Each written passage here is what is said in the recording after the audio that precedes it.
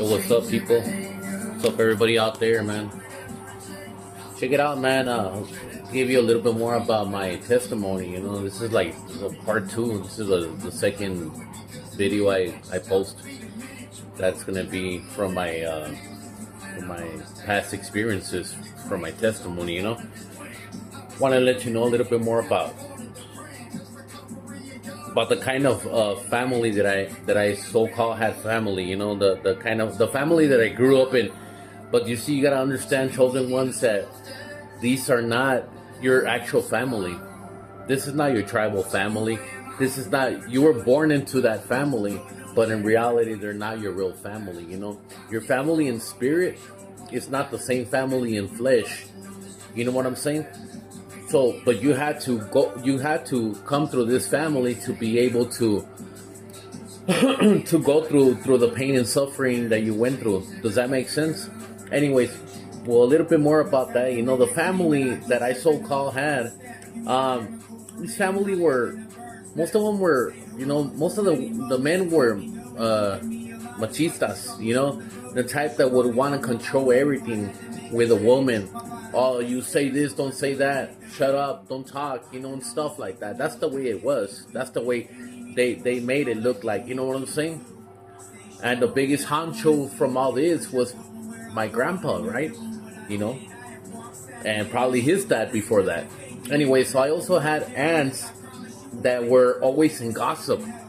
They would always gossip about things, you know, and usually they would gossip about negative things, about what other people would do, but yet reality, they wouldn't know the defects that they had. They wouldn't know, they wouldn't see what they would do that was negative as well. You know what I'm saying? So give an example, you know, my so-called aunts would talk about my mother, right? Let's put that as an example. They would talk about my mother, and it's because Martina this, Martina that. But yet, in reality, they're not perfect. They're not perfect themselves. You see, the thing is that they've never met a person like my mother. My mother was true. She was as true as I could get. You know what I'm saying? Even through her alcoholism and everything, you can't get any more real than that. You know, sometimes, most of the time, if not, most of the times, the black sheep of the family is a person that has that truth in them. You know, it's like, you can't get any more real than that. You know what I'm saying?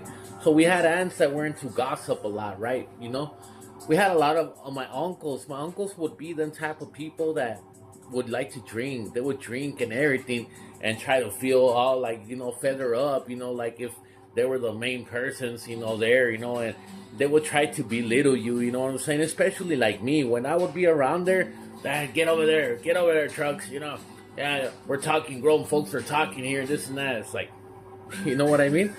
So that's the type of people that I had around me. I had narcissist people too, man.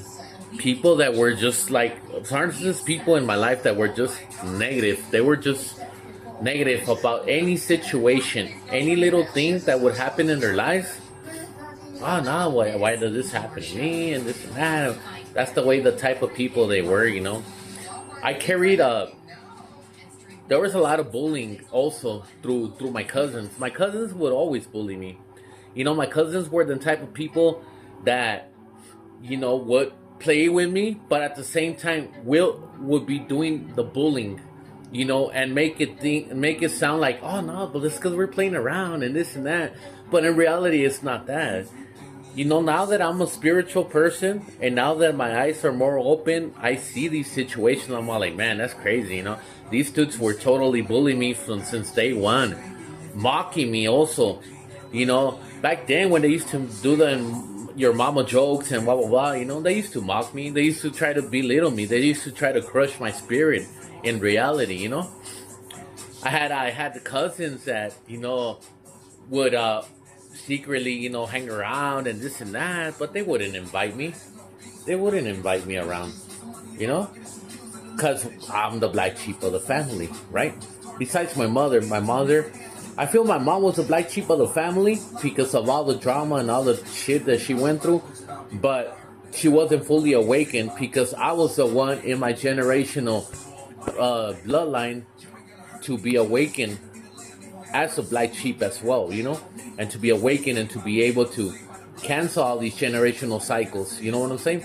So I had that kind of family, the kind of family that were just like trash, basically, trash ass people. I had, some of my uncles that they thought they were like fucking royal blood or something, I had this one uncle, God bless his soul already, well, that's my so-called uncle, one of them. He'd come and visit my grandparents, and I used to hang around my grandparents' house a lot, and he'd tell me to kiss his hand, like if it's royal, like something like. And I tell you guys, when I tell you this, and I ain't shitting you and bullshitting you, I was the only one kissing his hand. None of my other cousins will kiss his hand. Why? There you go. I had my grandpa. My grandpa was like one of the biggest hardcore, like fucking person, like back in the day, like them machistas that were like real, like, So what I remember about him is that he was the type of people that, he would try to belittle me. Well, me personally, he would belittle me. Never in my whole childhood life, I've never heard him tell me mijo, which is son. Hey, son. Mijo, But all my other cousins, ahí viene Rogelio, ahí viene, oh no. When they would come to the house, hey, mijo, ¿cómo estás? And this and that. He would never tell me, and I'm like, wow, that's crazy. What does that mean? I didn't know back then, guys, but now I know. Everything happens for a reason in your life, guys. Everything happens for a reason in your life, man. So don't feel alone, guys, These little testimonies that I'm giving you, that I'm telling you from my actual life, is going to penetrate the right people. And it's going to make them open up their eyes and say, you know what, I'm not alone. It's time to speak up, guys. It's time to open up that heart and let everything out. Because that one testimony that's from you is that one testimony that's going to help thousands of people through the same problems that they're going through. Remember, any testimony, anything that you have inside that you've gone through, other people are still suffering with that. You know what I mean? So it's time to speak up, guys. All right?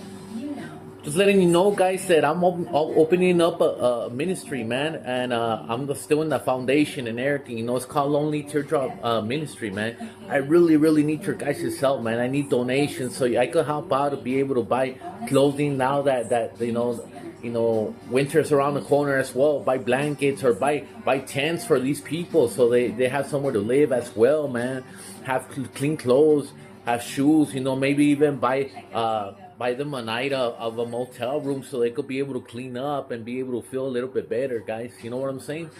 So those are my things, There's a lot of things that I want to be doing, So some of the things that I'm going to be doing, guys, and I'm just going to post a little bit about it because I don't really want to be exposing people. I don't really want to be exposing people when it comes to their moments of them being low. But I'm gonna start feeding people out there in the streets, And this is all happening in El Paso, Texas, man. Just letting you know. Shout out to El Paso, Texas. Anybody that's in El Paso, Texas, right? This is all gonna happen in El Paso, Texas, man, and this is gonna help out a lot of people here, and it's gonna impact a lot of people's lives, Sometimes people are not, they don't have money to buy food or anything like that, man. But you know what? We're gonna be out there. We're gonna try to help out as much as people as we can to feed them and everything, man. And we're gonna start off from there because we're gonna plant our seed by doing little things like that. But you know what? Before you know it, this is gonna be a big thing. This is gonna be a big ministry. It's gonna impact a lot of people's lives, not just in El Paso, but everywhere across the world. You know what I'm saying? So where I'm trying to get at is that I need your guys' help. I need your donations. I need your guys' help, man. I'm really, really, really, truly, I really do mean it, man. This ain't a joke. This is for reals, man. I really need the right people, the right souls, the people with capital, the people that with big influences, the people that are spiritual, the people that want to help out as well. You know, we're all in this together, man. We all come in unity, you know, and doing the things that we're supposed to be doing, you know, for the blessings that we've already encountered through Jesus Christ, that we're gonna try to bless the next person as well. You know, our life may not be perfect, and our life as a chosen one is not perfect as well. It's never gonna be perfect. But you know what? Who is perfect? Our Lord Jesus Christ. And if He sends you to do something like that, so let it be. All right, guys. I also have a spiritual coach sessions. I start them off at $19.99 an hour. After that hour, you still want to be talking, it's $10 after that, man. You know, any donations could be reached at my Cash App is Truck86. And also, you know, you could DM me a private information if you want to send a check, if you want to send a money order or anything like that, guys. I gladly appreciate it, man. Peace and love, guys.